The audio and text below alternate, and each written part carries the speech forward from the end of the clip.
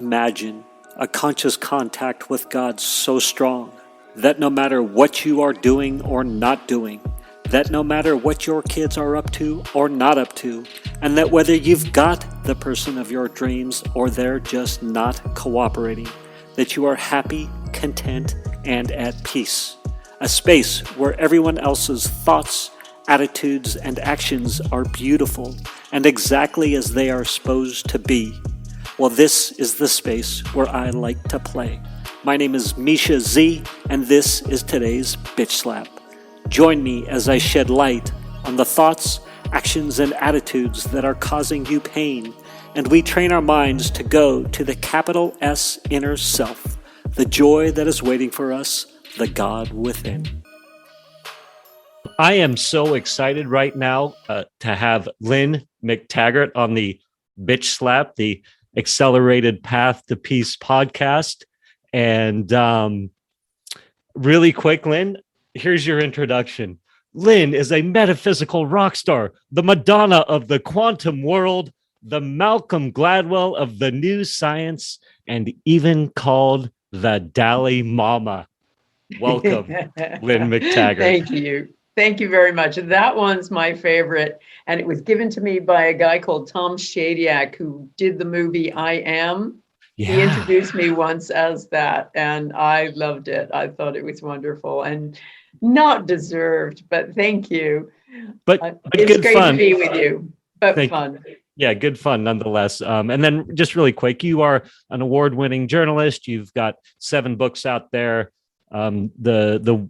With the international bestsellers, worldwide international bestsellers, The Power of 8, The Field, The Intention Experiment, and The Bond, all considered seminal books of the new science and now translated into some 30 languages. And then you like to focus on and talk about and teach, I'm assuming, intention, correct?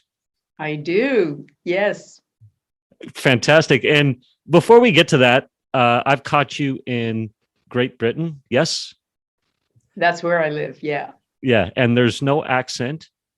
So either you hide it very well or you're a expat to Great Britain. Is there? I am a New Jersey girl, Mischa, who came over here 30-something years ago to spend 3 months researching a book, and I just never left.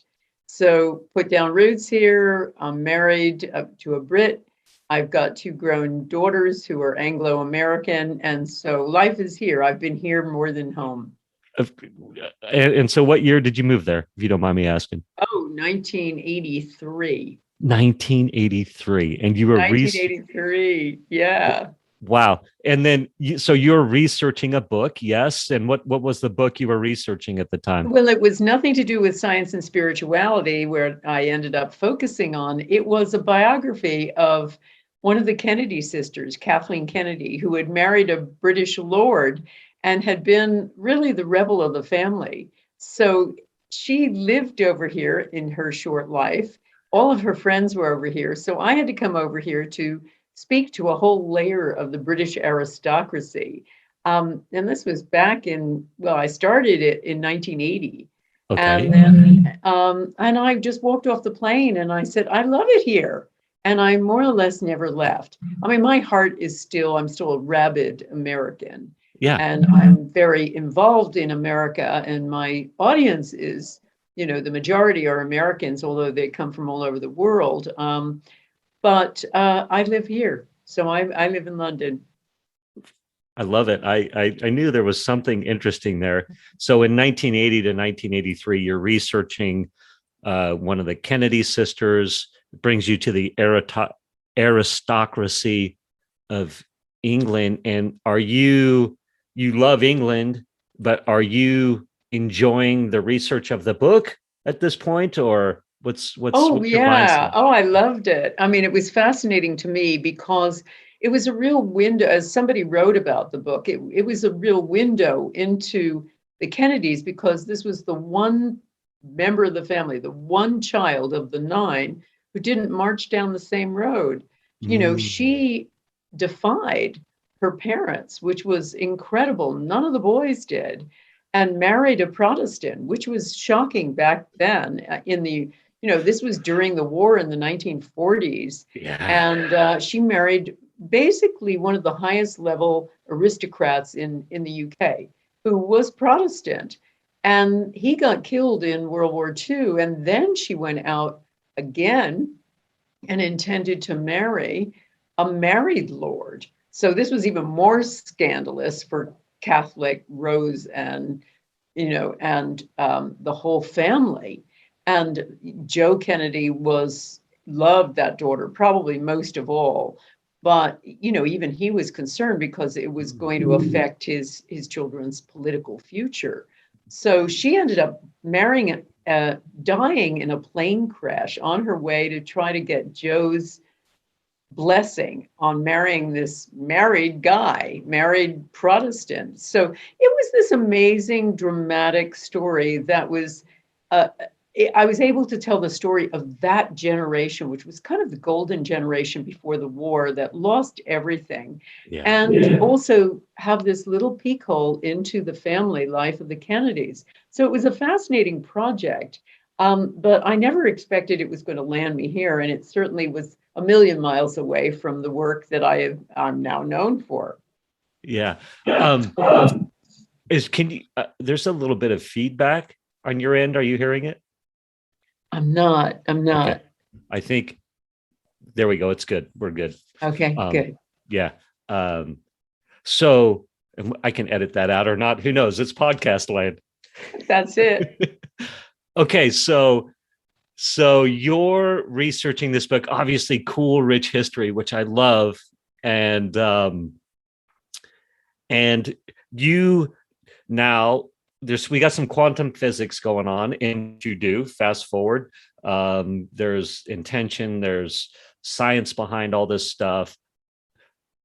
What happens between, so what are you like a scientist or what's going on? Like fill in the blanks for me.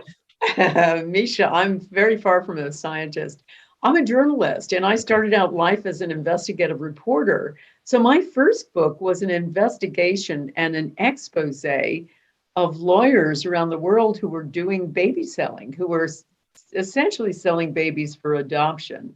And I broke a number of international baby selling rings. Now, this was what they call gray market adoption. There weren't laws against this, but it was just morally wrong what they were doing. And they were exploiting children and parents who couldn't have children.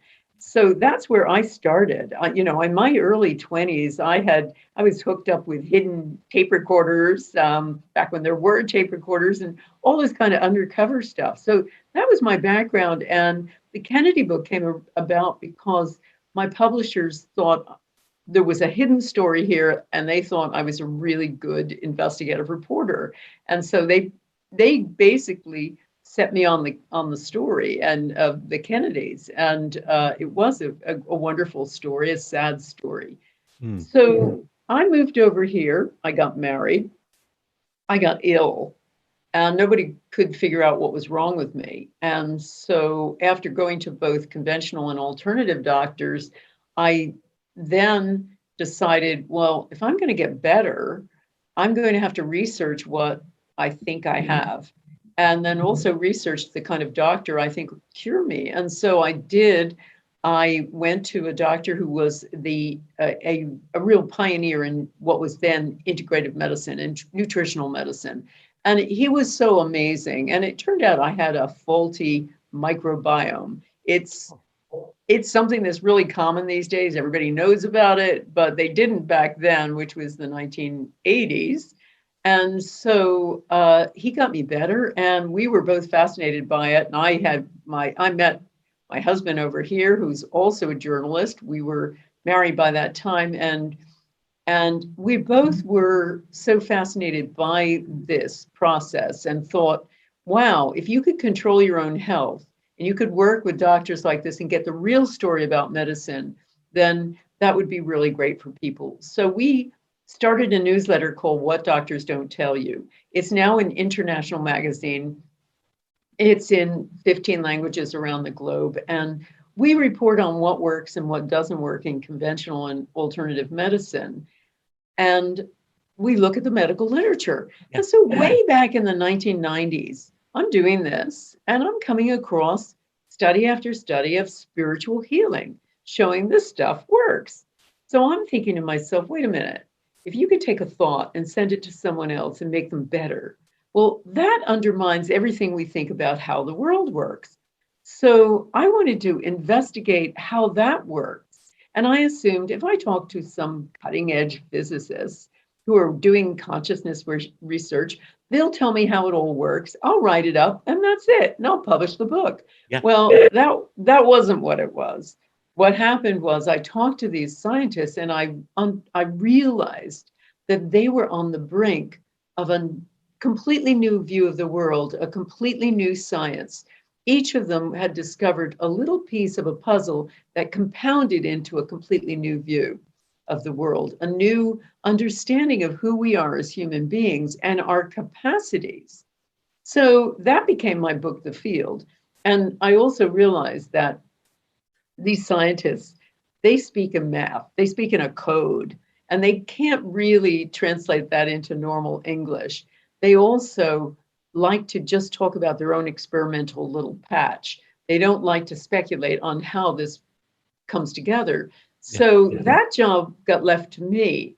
So I really had to tutor and be tutored in quantum physics. I had to be tutored in this new science and learn this new science. I was well acquainted with reading scientific literature because of my work, my other work with What Docs.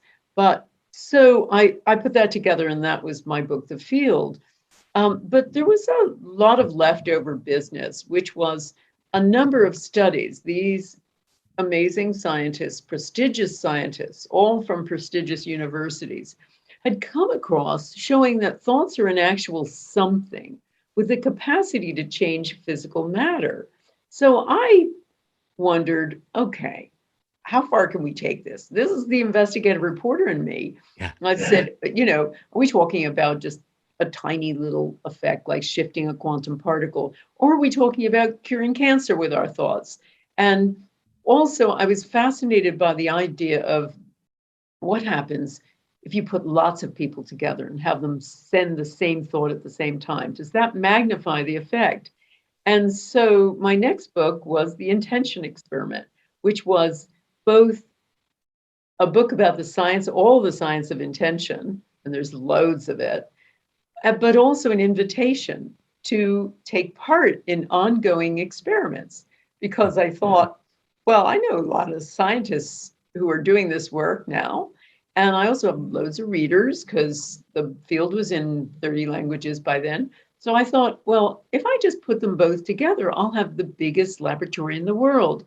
And so that's what I did. And that has been the Intention Experiment ever since 2007. We've run 40 experiments now. And the last one we just ran for 9/11, the 20th anniversary. So I don't have the outcome of that yet, but most of the time we are running them with scientists and they're measuring data and looking at before and afterward, et cetera. And of the 39 where we have evidence, 35 have shown measurable, significant, mostly significant effects. That's a better track record than most drugs. Yeah. Yeah. I read this book. I have a few questions for you, but I read this book about, it was called, oh gosh, I wish I could remember, but I was looking through your stuff and I saw that 35 of your studies had significant statistical, how did you say that? Significant. It was positive, measurable, mostly significant effects, basically. And significance in science means there's such a big change that it's a significant change. And it's considered, we really had an effect. Yeah. I think the book is called Death Grip, but it's about a climber, a rock climber, and he, from a very young age, parents put him on benzodiazepines, right? So he has this brutal benzodiazepine addiction for a good chunk of his life. And it's a really cool book because it just talks about his process of trying to get off of the meds and all this. But he also has a lot of data in there. And basically the data was most of the, and I wish I had the book in front of me. It's a great book. Most of the studies for, the benzos and all this sort of stuff, there's no difference between it's basically all statistically insignificant, right? Like there's no difference between the placebos and the word is escaping me, but they're still the pumping, active agent. Yeah. And they're still pumping the stuff out there. So I was like, it was very eye-opening, but not necessarily. Oh, yeah. Well, here's another little stat for you that might blow your mind.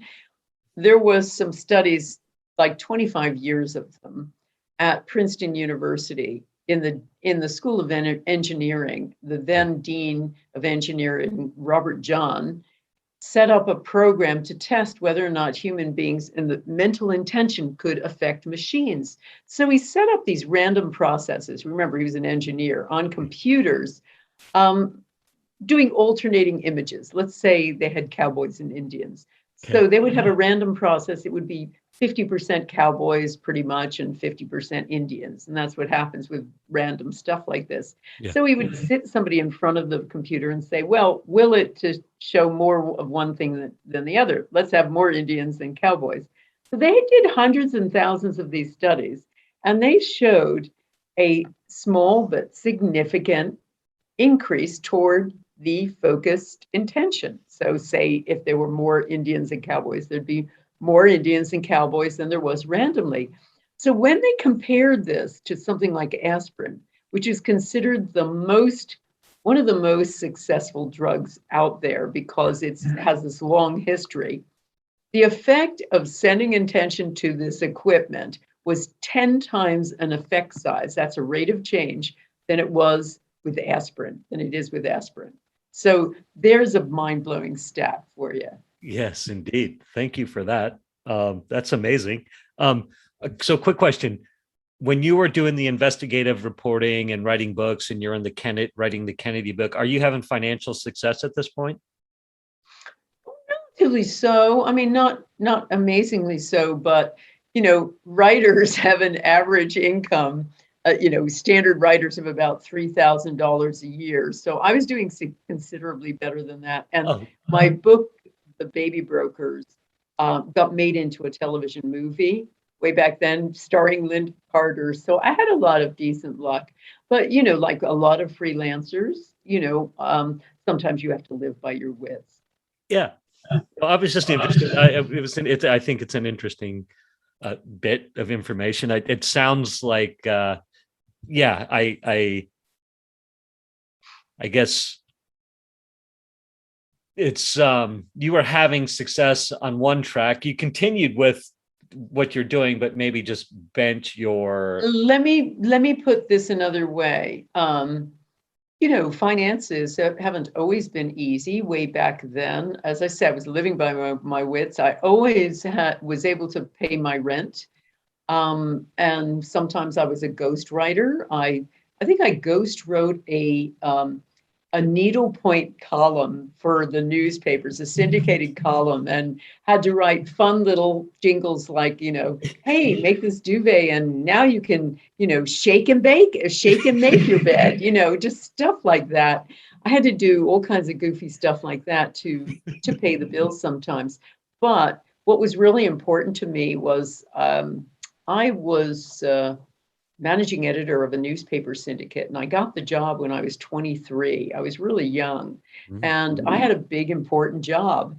And I, was in charge of all the editorial for syndicated columns coming out of this news syndicate. It was the Chicago Tribune, New York News Syndicate.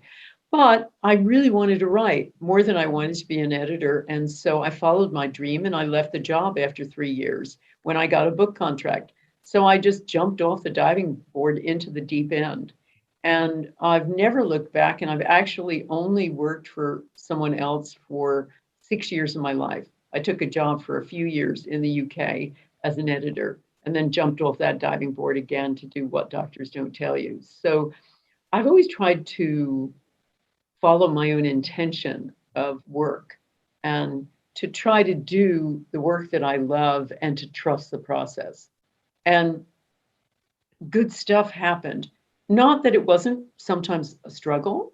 Sure. I can remember plenty of times where it was, it was tough when we were starting out What Doctors Don't Tell You, and we had a small child then. We had a newborn.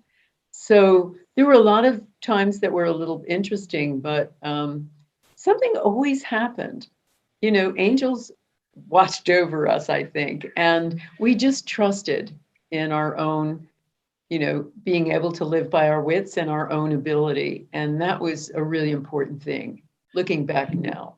Yeah. Let me ask you, so at this time, are you conscious of, are you like, you learned that habit from your parents, or were you a churchgoer, or what you're like, this is where my heart's pulling me? I find that it's for a lot of people, it's very hard. They're like, well, I'm on this success track. The money's good if I just do A, B, C. And their heart's like, no, go here. No, I can't. But it seems like for you're taking these leaps. I think I always wanted to be a writer, and that was much more important to me than anything else other than my family. And so even more important than money. So I think I just trusted that I'd get money some way, and that I'd be able to do something. And that happened. I remember once my husband and I, when we first started What Doctors, we didn't have any money. So we came up with a book idea, and then we got an advance for it. They liked it. We got an advance for it. And then we heard about a year later that someone else was writing a book on the same subject. It was a biography. So those kinds of things happened, but it was very weird that both of us were going to do it at the same time. Yeah. And so the publisher said, well, you know what? We're going to cancel. Since you didn't cancel, you can keep that initial payment. So that was just an example of great stroke of luck at the point where we were really scrambling to pay some bills. I think what it was we're both, I think we're just, we love what we do. Yeah. And we follow that through thick or thin. And when there was the thin times, we would have to live by our wits and figure out something else to do. Yeah. But I think doing the work that we loved was paramount. And of course, being together. Yeah. So between the two of us, I guess we've, we were able to do that. And we just believed. I think that was a really important element too, Mischa. Thank you for that. And then was there any deep hidden story in the Kennedy thing? You're like, there's a story there. Like there's something juicy. Spoiler, did you find it or? Well, yeah, the fact that she had to go up against her parents, and we can't appreciate how incredibly brave it was to marry a Protestant. Her father was the ambassador to the court of St. James, and this totally prominent premier Catholic family back in the 1940s. And so for her to go against this. And the power structure too, right? Joe Kennedy, like the Kennedys, the oil, all this stuff, right? Like, Oh, yeah. They were wealthy, they were powerful, and he had great, great ambition for his, one of his sons was going to be president. Yeah. And so here she is just saying, no, I'm going to go back to England. I'm going to be there. And she had met someone when she had met this whole layer of the aristocracy back when her father was the ambassador to the court of St. James. And she went back there to be with her friends. These were the people she was with. They had debutante balls back then. So she came out as a debutante. And so these were this whole layer of this generation in Britain were her dear friends. And so she wanted to go back there. So she defied her parents by going back there and marrying the premier Protestant. aristocrat. So Yeah. I think it was that. It was the family covered up that she was involved with a married lover. She was flying down for what the Brits call a dirty weekend. And in her last trip, they were flying down to the south of France. And when her plane didn't make it, she had a plane crash. So and the family completely covered up her relationship, covered up everything. She was just a blank page in the Kennedy biography, basically. And they gave it to me, my publishers, because they thought I could find out what had happened to her. So that was it. But as I say, that was early on in my work, and my work has taken a very, very different turn with all my spirituality. Yes, and I'm sorry to dwell on that stuff. It's interesting to me. I get a sense. You're obviously tenacious if you're wearing wires, things like that. That you were you were a rascal back then. Well, I was doing my work, and I would actually say that journalists are supposed to hold the establishment to account. We're not seeing that anymore. We're certainly not seeing that with COVID. The journalists have become a mouthpiece for the establishment. But back when I was growing up, we had heroes like Woodward and Bernstein, and we saw, well, wow, they took down a corrupt presidency. And so for my generation of journalists, we feel essentially a moral obligation to hold people in authority to account and to unearth things that are, we have only one person to answer to, and that's the public, one body of people to answer to. And so for me, investigating people who are taking $25,000 cash under the table to sell them a baby is worth investigating. And and bringing that out in the light now. And it's interesting, I get letters every so often from children who were the product of that, who were sold, and it wasn't a happy adoption. They were desperate to find their biological parents and to find out some closure for this weird experience they had. And so they're a demonstration of why, this wasn't a good idea. And so that's the feeling I have. Now, when you bring this to science and spirituality, what it just means is that I have this, first of all, a sense of skepticism that it permeates everything I do, because that's our training. And when you put that into spirituality, what it means is I wanted to prove magic. And that's why I did the intention experiment, because I started seeing magical things around me. I started understanding there's a completely new science here. There's a completely new story about human beings. We have far more capacity than we've been told. And so I wanted to investigate that. And that's been really the work over the last 4 years. And yes, and the work that I've done with large and small intention groups demonstrates there are miracles I see all the time with small groups, sending intention to some member of the group with a health challenge. And I had a woman a month or two ago, I did a talk to a group in Sedona, and I was just on Zoom. So I'm doing my talk. I put them in a small group because that's what I've been doing. I call them Power of 8 groups, and had them, all the members of the group, get into groups. All the members of this audience get into groups, send intention to some member of the group with a health challenge. At the end, we've got a film of it. A woman who had MS and was confined to a wheelchair got out of her wheelchair and pushed it away. And that's happened. That's the second wheelchair, get out of the wheelchair story I can tell you about that has happened in the last couple of years. But there are thousands of other healing stories. And so this is the thing that really fascinates me now, is decoding why this happens and how to do it. so the last 4 years has been this power of eight. You have that book out, The Power of Eight. Is that when you say the last 4 years? This is No, since 2008. It took me 10 years to Oh. get the courage to write the book. Yeah. I started doing this when I did the intention experiment back in 2007. We were getting some really good results. We were getting, for instance, one experiment we did with St. Louis, Missouri, which is officially the most violent place in America. We did an intention to lower violence in the most violent neighborhood in St. Louis. Yeah.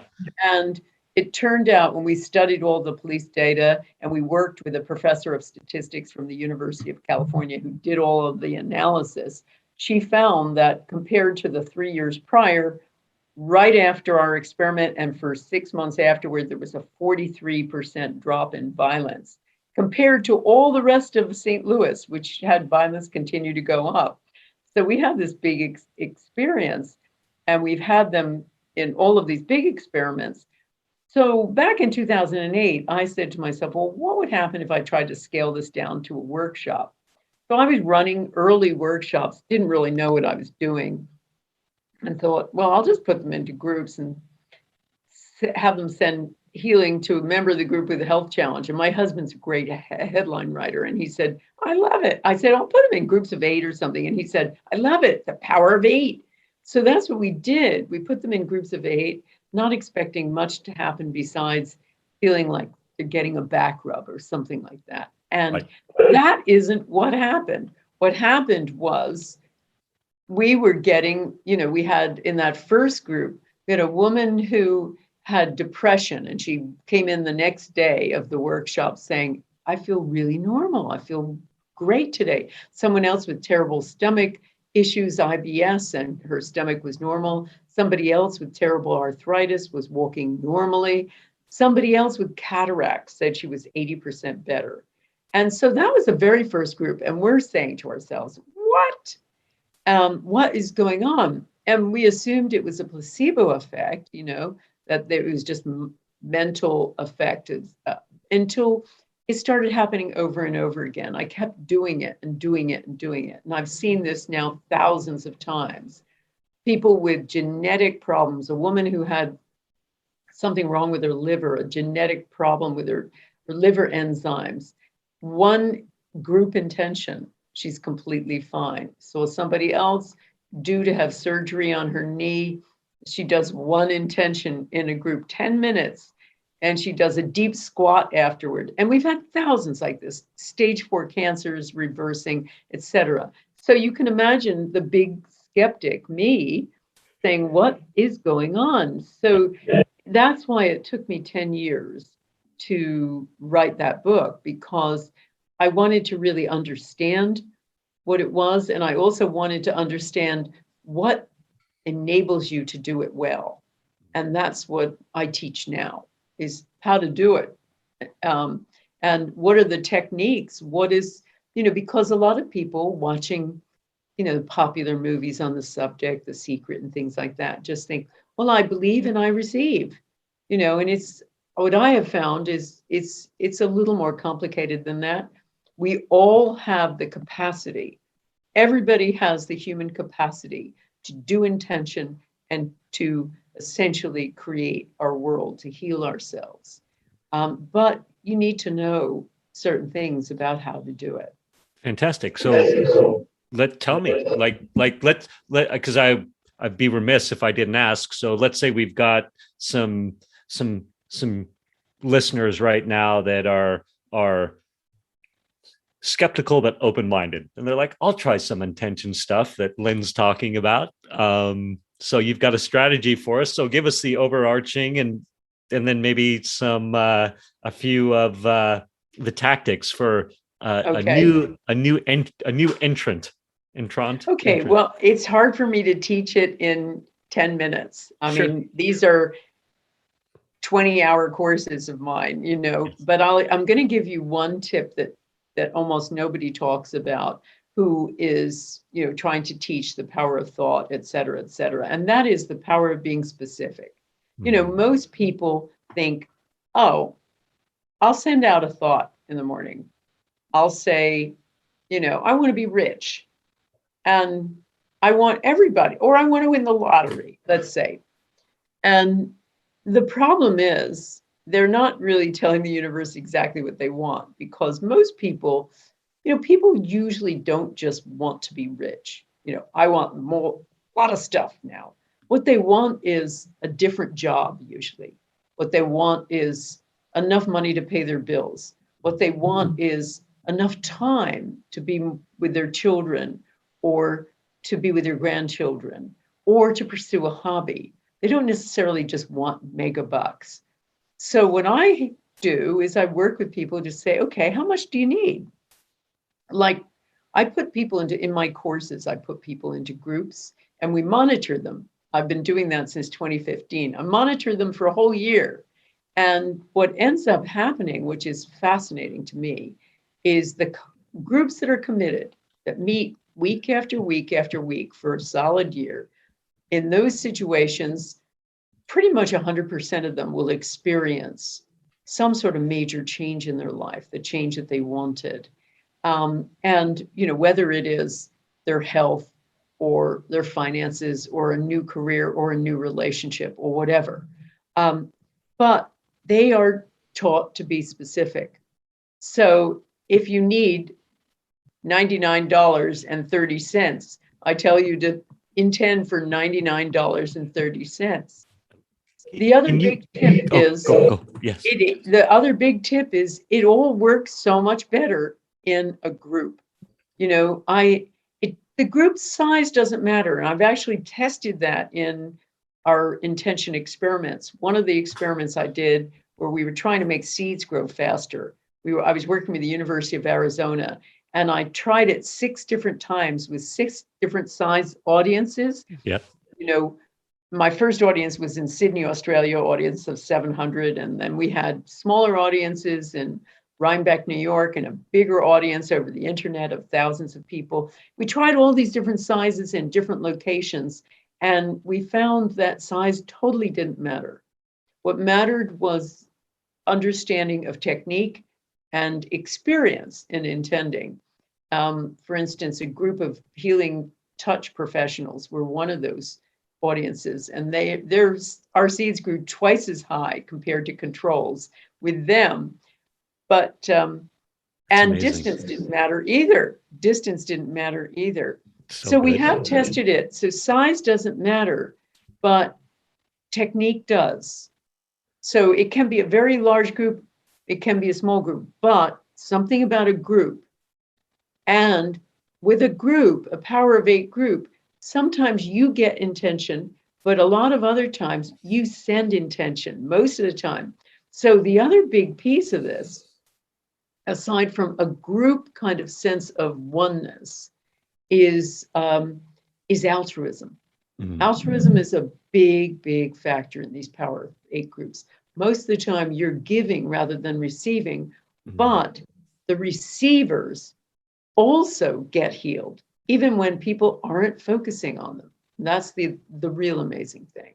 Yeah, I was watching some of the testimonials, and Bill was one of the guys. It was really fun to watch him, who had like perhaps chronic depression, and sort of had a very powerful feeling. Can you give me a specific example, let's say within the last year, of somebody where they were not specific, and then you said, here's how I want you to be specific?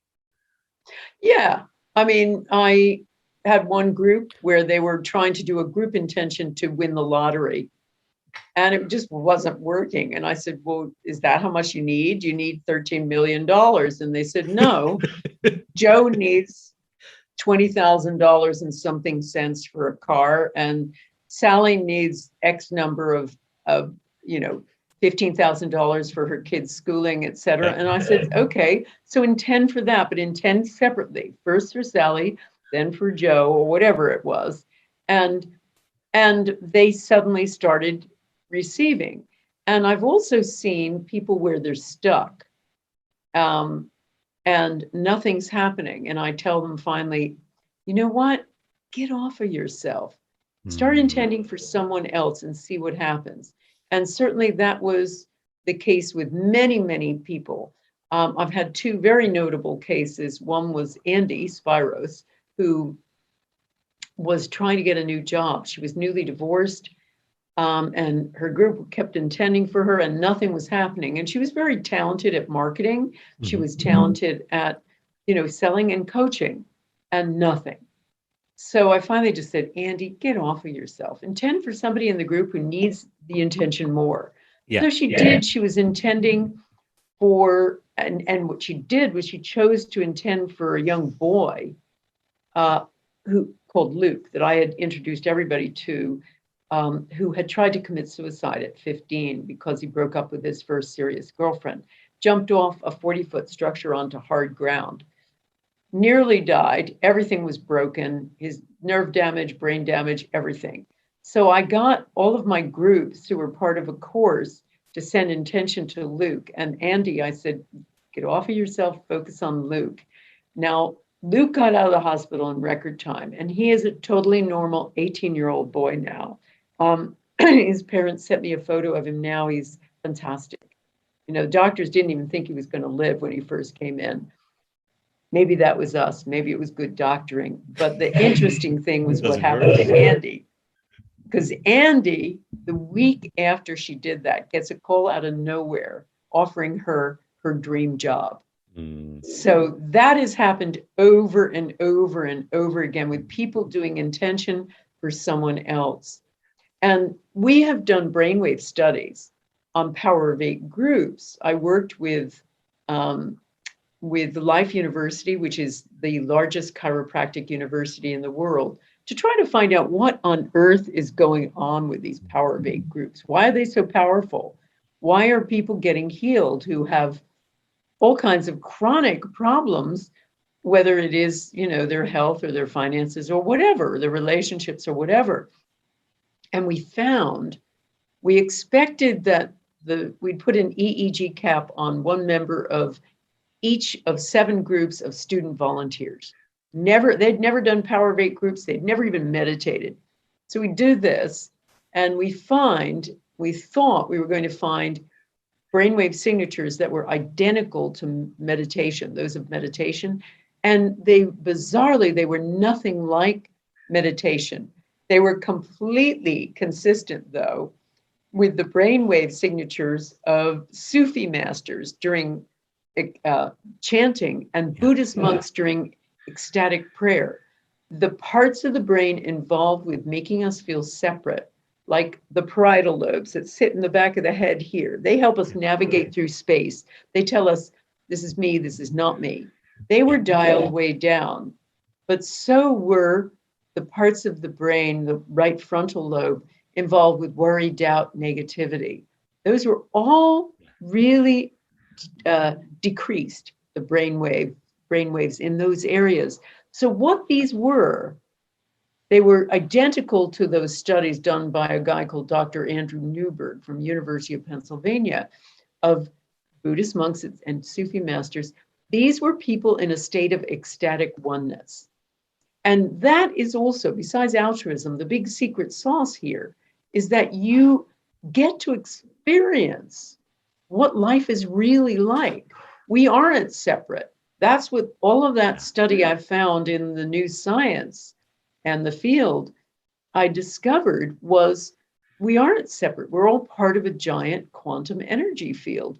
But we don't feel that way. We don't experience life that way. We experience life as our own little lonely self on this little lonely planet. And here we have a situation where in a matter of minutes, you can experience what life is really like, which is a state of blissful oneness. I love that. I'm all in on that idea right now of that illusion of separation, and what tools are there to help shed that illusion. Like, that's illusion number one, that we're all separate. And I think as we get older as individuals, there's the word separate individuals. It's I found into my 40s, right, like successing my way through that feeling of separation, dating or all these things to fill that God-sized whole, if you want to call it, or yeah, I love I'm all in on how can I get rid of that illusion of separation. And for me, it includes judgment. Like I find like judging, like that just adds to the separate. I could go on and on about it. Sure. Yeah, did you ever read the Course in Miracles or do that? Oh, I know all about it. Well, Marianne Williamson's a very good friend, so I know all about fantastic. it. Yeah, I read her book, The Power, or what is it, Return to Love, a number of years ago. And so I was like, I'm getting the book, but I've been for 2 years, it's been studying. It's been very powerful. And absolutely, it's good. I love I know we're on a time limit, but I would again be remiss if I didn't emphasize so in recovery, 12 steps, all that, there's this idea of service, right? Like the way to freedom from addictions is service. That's one of the key steps, right? How can I be of service? How can I be of service? And it's that altruistic piece that you're talking about in your Power of Eights, which I love that concept of. And I like the way you said it, get over yourself, right? If I'm trying to fulfill some egoic need, that's like, I want success for success sake. Well, perhaps the universe is going to give you pushback versus if you're like, hey, how can I help energetically this Luke, for example, right? Well, and what people learn that in a Power of Eight group, because as I say, if you're meeting every week, you only have time to do about 3 people. Yeah. Let's say if you're meeting for an hour and you've got to do about 10 minutes each. So most of the time you're actually intending for someone else, but you are actually getting healed too. And that's the extraordinary thing about them. They're virtuous circles. You heal and they heal. And when I started studying, because again, I started seeing this, what happened was this big, lovely accident back in 2008, where suddenly these small groups, people were getting healed. And as I say, I'm not a healer by background, a hard-nosed reporter. Right. So I'm needing to test this and continuing to test it. And what I discovered over and over again was, when people were sending intention to each other, even it didn't matter whether they were sender or receiver, they were still getting healed. Yeah. As you mentioned, the guy called Wes, who had chronic depression, participated in one 10-minute Power of Eight group he'd volunteered for. He wanted to be the subject, but there was a woman in the group with stage 4 cancer. And so he said, well, she should be the subject. I'll just be a sender. And the experience was so powerful for him. And Wes was somebody who had given up on life. He'd had a terrible life. He'd been drafted during the last years of the Vietnam War. Life had just gone down in a terrible spiral for him, to the point where when I met him at 65, he'd kind of given up, and it was kind of what's the use type of attitude. A couple tragic relationships too, right? Like his woman of his love dreams of his life died with fast-growing cancer. Yeah. And one intention for that woman with stage 4 cancer, and he wakes up the next day, he has this amazing vision of meeting his 19-year-old self back on campus when he still had a lot of dreams. He wanted to be a doctor. He was a smart guy. And somehow in that vision, his 19-year-old self communicated to him, don't worry, there's still time. Mm-hmm. And he literally said to me, I get to start life over, all over again at 65. And he was a changed person, started doing heavy exercise, getting in shape, started studying new things, started writing, really participating in his church, really friendly with everybody, a completely new individual. And I've seen that over and over again with this altruism. When you look at the science of altruism, you realize it is like it's like a bulletproof vest. Mm-hmm. People who do things for other people, no matter how small, live longer, happier, healthier lives. So there's a ton of research demonstrating how powerful getting off of yourself really is. And I've certainly seen that with Power of Eight groups. I love the way you say that. Did you tell your kids that all the time? Get off of yourself. Get off of yourself. Yeah. Do something for someone else. It's so good. You know what I love about that too? I think it's so profound how, like, a smile, it can be as simple as a smile to somebody walking down the street. Like, I can get it in my head that I need to do this massive service thing, when it's in reality, it can be smile, a sense of goodwill, letting somebody jump in front of you in traffic, whatever. Right? Would you concur on that, or? Well, I think that any kind of act, whether it is just taking out your neighbor's garbage, for instance, I mean, that's what the science shows is volunteers live longer, healthier, happier lives. People who are ill with something, if they help someone else with the same illness, they themselves are more likely to get better. There's all that there's so much science around altruism. It's not just, hey, this would be a nice thing to do. This is a serious, healthy thing to do for the giver. Yes. But, what I always tell people too is you've got to do this Power of Eight group with a pure heart too. Yeah. You want to really get into wanting to get that other person better. And one of the great things about a Power of Eight group, it's so great for now because we've all been so isolated. You don't have to meet in person. You can meet on Zoom, just like we're doing now. Most of my groups in all of my courses, they meet together. I usually put people in the same time zones, but they meet on Zoom. Many of them are like family to each other, but they've never actually physically met. And it's that kind of working over and over again together, knowing you've got this little intention family is such a beautiful way to get over all of the isolation and fear that we're all experiencing now with COVID. Yeah. I know you've got a time crunch, and I could go on, and I can keep asking questions, but I want to be respectful for you and your time.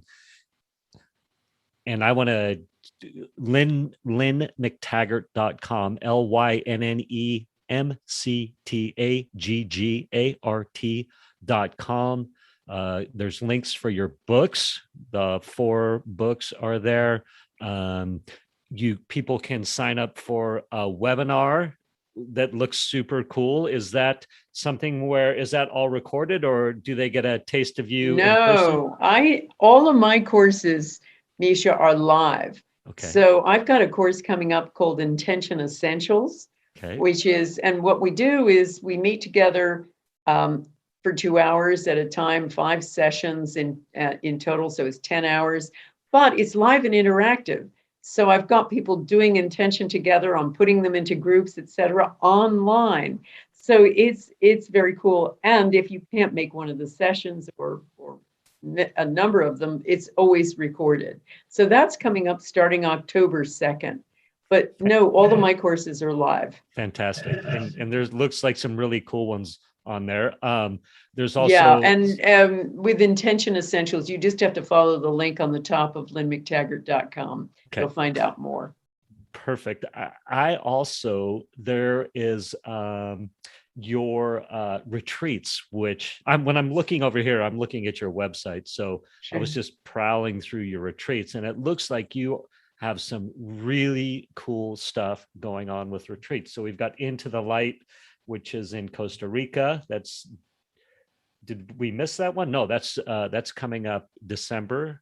And then yes, I've got it's over New Year's. Yeah, because we decided people were just so sad about COVID and having difficulty that what we tend to run in our retreats is, I work with my husband who authored a book called The Untrue Story of You, which is all about how we are controlled by our past, and our past isn't that time is an energy, as he puts it, and not a dimension. It's an energy, and it lives through you, and it actually creates you. So we do a course called healing yourself from your past with the power of 8. And we use intention to go back in time, not to change what did happen, but to change your perception of what happened and give you back your power. And that's been very, very healing. So we've got one in Costa Rica, which is going to be so exciting because we're going to have a New Year's celebration and celebrate coming into the light after all of this darkness of COVID. That's also on my website too. Yeah, fantastic. And yes, it's under the events section. Now we've got one, Healing the Past with the Power of 8, which is what you're talking about in Italy. I'm looking at this going, oh my gosh, this is an amazing experience in an amazing place. So 2022, if somebody wants to stretch it out to then, we can go to Italy. Absolutely. We're doing something. We're going to be up in Damanhur, which is that amazing underground batch of tunnels and cathedrals in northern Italy. So we'll be doing that too. We just run 1 or 2 retreats a year, but they're really, really wonderful. And we have a coterie of other classes.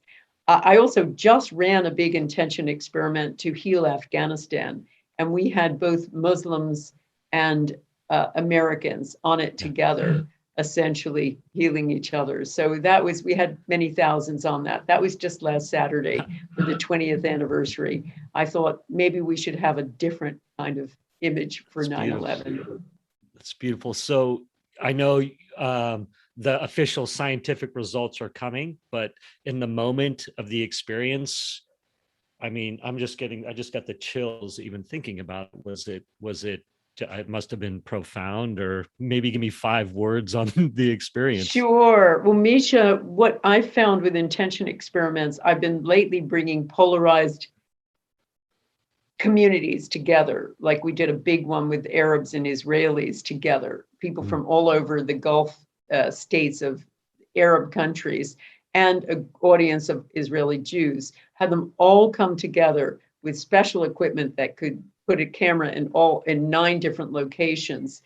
And they started sending love to each other at the end. So what I've been doing a lot of with intention experiments is finding that, again, this is all about altruism. Yeah. When you come together in a compassionate act, like sending intention to heal Afghanistan, something in your heart opens up.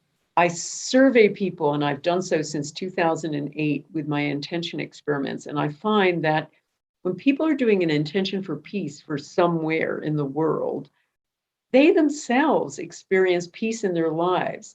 They make up with estranged relatives. They get along better with their not so nice bosses. They come together with their kids who haven't been speaking to them. And, they get healed in some way. They find more peace. They're hugging strangers. So I will be surveying the people who were the participants of last Saturday. But if they're anything like every single other peace experiment I run, that's what happens. I can't tell you how many chills I just got while you were telling me that. That's amazing. So I did this summit. I put together 20 speakers. It was called the Tools for a Good Life Summit. And I did it in August. It just went down in August, and I brought in all these 20 modalities, and one of them, healer. So I went body, mind, soul. So body, mind, spirit. So I started with mind. So I had, Anthony Trucks was on there talking about identity and such. And then, I had EFT, I had EMDR, and then I had healers on there, meditation, and, the full gamut. And so what happened was I was like, I really want somebody for intention.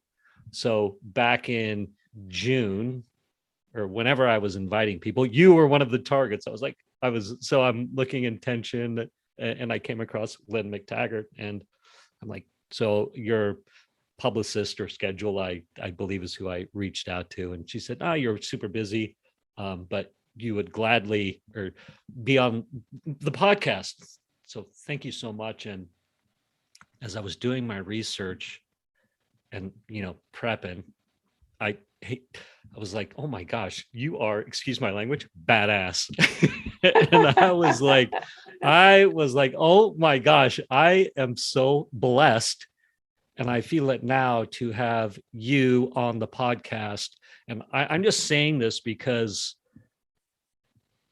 I've been in recovery for decades myself, and lots of personal growth. And, I've had these bitch slap moments in my life where it's like, all right, you got to start meditating. That was 10 years ago. Like, you need to take meditating really seriously. Okay. And, just all this stuff and the service aspect and more ways to be of service. Service has been so powerful in my life. But I just say this in that I've got deep roots in some of the things you're talking about. And it's such a gift to have you on here. And I want to encourage, I'm saying all this because I want to encourage all my listeners. I'm looking at your website, like go to Lynn McTaggart.com, look at all the good stuff, jump on some of your courses, get one of her books, heck, go to Italy, right? Like what an opportunity to heal. And I just strongly believe in intention and yeah, I just wanted to say that. So I probably should have started with all that, but I'm going to end with all that and just say, you're a very powerful woman. Thank you so much. And yeah, anybody listening, go check out Lynn McTaggart.com, dive into her content, your content, and take advantage, because you can feel at one with the world, and who doesn't want that, right?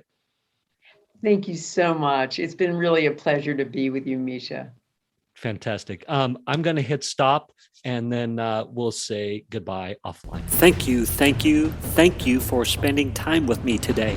As someone who is committed to growth and service to this world, I so appreciate your willingness to come with me, go within, and serve our world through change. If you found value in this podcast and you know someone who can use this message, share this episode with them.